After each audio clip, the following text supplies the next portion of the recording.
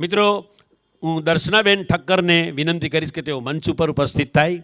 આ તેજસ્વી આપણા જે મહિલા રત્ન છે, નારી રત્નને આપણે ઓળખી લેવા જેવા છે. MSME કંપનીમાં તેઓ ગ્રોથ કરવામાં ખૂબ જ આગળ પડતા છે અને બહુ જ મહત્ત્વની કામગીરી એમને બજાવી છે. એમને કેટલાક બહુ જ આકર્ષક એવોર્ડ મળ્યા છે.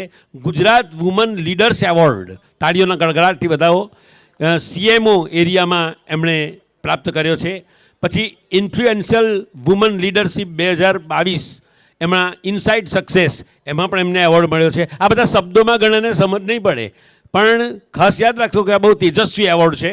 મોસ્ટ ટ્રસ્ટેડ કન્સલ્ટિંગ કંપની 2022 એમાં પણ આગળ છે. પણ છેલ્લી જે હું વાત કરું છું એમાં તો તાળીઓ વગાડવી જ પડશે, મારવી જ પડશે. વુમન ડાયરેક્ટર કોન્ક્લેવ 2022માં આપણા ભારતના નાણાપ્રધાન નિર્મલા સીતારામન એમની હાજરીમાં ઓનરેબલ એમને સન્માનિત કરવામાં આવ્યા છે અને તેઓ આપણા એસોસિએશન સાથે છે. તાળીઓના પ્રચંડ ગડગડાટથી આપણે એમને વધાવી લઈએ અને એમને DM પટેલ સાહેબ બુકેથી એમનું સન્માન કરશે. આપણે તાળીઓના ગડગડાટથી દર્શનાબેનને વધાવી લઈશું.